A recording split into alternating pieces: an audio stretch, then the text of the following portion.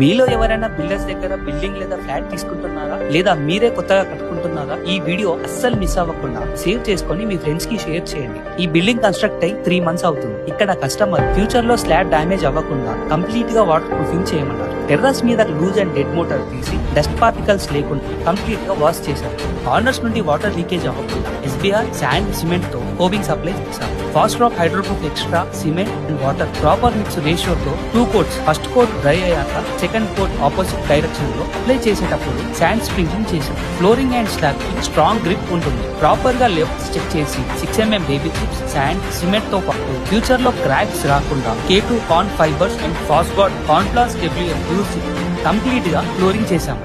Terrace మీద cracks extend అవ్వకుండా ఇలా 2x2 feet గ్రిడ్స్ ప్రొవైడ్ చేసి ఫైనల్ గా ఫాస్ట్ రాక్ రూఫ్ గార్డ్ అనే మెటీరియల్ తో 3 coats ఆపోజిట్ డైరెక్షన్ లో అప్లై చేశాము. ఇలా స్లాబ్ ని కంప్లీట్ గా ప్రొటెక్ట్ చేశాము.